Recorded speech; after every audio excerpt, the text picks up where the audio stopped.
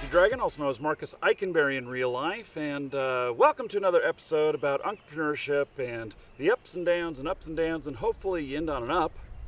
And kind of the struggle that I've gone through with figuring out all this stuff, telling you the successes and the failures in this series. So I have one here that is both a success and a failure, and it has to do with Ultima Online. Has to do with interacting with the game developers of Ultima Online. At the time it was EA, and about how the successful actions in trying to influence happenings in the game, and through whatever influence you personally can wield. And there's some right ways and some wrong ways to do that. One of the things that we did is we had a Ultima Online fan site, and that worked out really good. And we had a lot of traffic, and we loved the game Ultima Online. And developers were stopping in from time to time, commenting in our forums and other stuff, and that worked out pretty good. Well, we decided to expand a little bit. So we were. I was personally tired of the bugs in the game, and I thought, you know what? I know how I can influence this. We had a guy that was named Dr. Twister, and Dr. Twister was well known in the Ultima Online community for exposing bugs and posting on his website exactly what those bugs were, and sometimes how to do them and other stuff. And so Dr. Twister, he got bored with things after a while, I think, and eventually stopped posting things. And so here I am. I have just been the victim of my house getting robbed, and I figured out how they did it. I had a 2-story house that was right next to the water, and all somebody did was they pulled up their ship right next to my house. They dropped their plank onto the landing of the stairwell, and were able to just walk right into the house, because after all, why would they have to protect people from walking through the outside of the house to the inside on mid-level or second level, when it's impossible that you could stack anything high up enough or whatever to be able to enter through there. And so, and it probably had to do something with the mechanics of a ship, of entering and exiting a ship, because what it said was when that plank goes down, that here at the end of the plank is the exit. And so if you start walking out and you get all the way to the end, you must exit. Maybe there's some rules like that.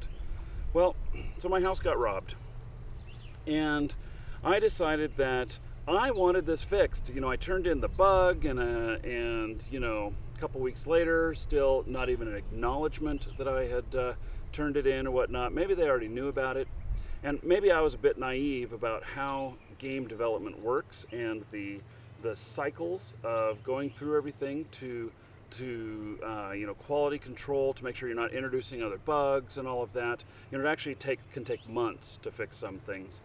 And then there's statistical, like how many houses are on the water in the right direction so that when a ship pulls up, they're able to just unload right into your house. Well, the statistical probabilities of that are probably pretty low. So if they said, okay, let's run a query, how many of these houses are right next to the water and could possibly be affected? Oh, 50. Okay, so this is affecting really 50 players. And, that is probably why I didn't hear a single thing on it.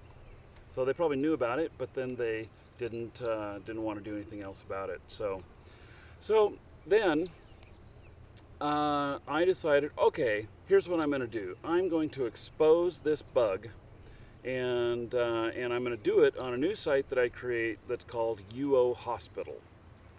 And so UO Hospital's tagline was, "We're going to cure your exploit ills."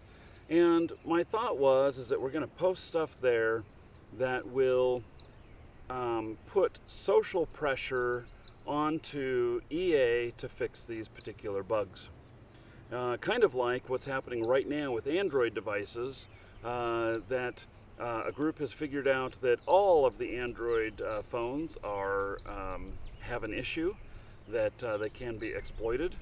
They can get your passwords and all of this other stuff, see all this other data on your phones with Trojan, and that all of the phones are affect to this. And they turned it over to Google 6 months ago, but Google hasn't been able to effect a change to secure everyone's phones because Google only has, they put out their base level releases, but then each phone carrier will modify it from there and decide whether or not to push it out to all the handsets. And why would they? Especially if the handset's not still selling, why would they update it? So anyway, they are planning to expose this in this year's DEF CON conference, and they're going to tell everyone how to exploit this bug in Android devices to get everyone's passwords and everything.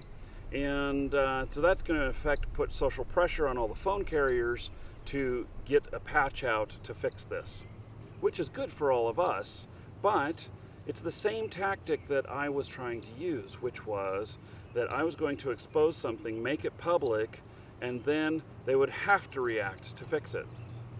Well, so I did this, didn't really get any information on that and stuff. They didn't really react to it, and then we started posting some other things, just minor things. And then we came up with a big one. We learned how to actually duplicate items in the game, and so we wanted that fixed as well. So we published that, and next thing we know, all of our associated accounts with that site were banned, and for good reason, because we were violating the terms of service by exposing these things. And so this is, in one way it was successful. We caught their attention. We know that they were reading those things and knew the importance to it. And I'm sure it did give some social pressure to them to force them to fix it. But at the same time, the effects of it were that, harmful. And I only see that these days, that, truly the effects of these things are that there are some bugs that are just insanely hard to fix because they're in the fundamental base design of the game. I recently encountered that with I think it was Adobe Premiere, which is what I use to edit these. In Adobe Premiere 5.0, I think it was, they had a bug that said, or that basically it released memory, so it would use up memory and then not release it, and eventually your system would fill up and not have any more memory left to do anything about.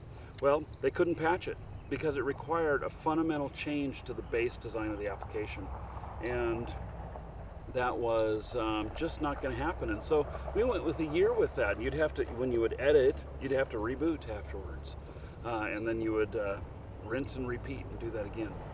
So anyway, lesson learned from this is that that while it was successful that we were wielding influence and we were providing information that we thought was good, probably overall we were harming the community. We were making EA upset, nervous, and to where they didn't like what we were doing, and the overall outcome was we were banned.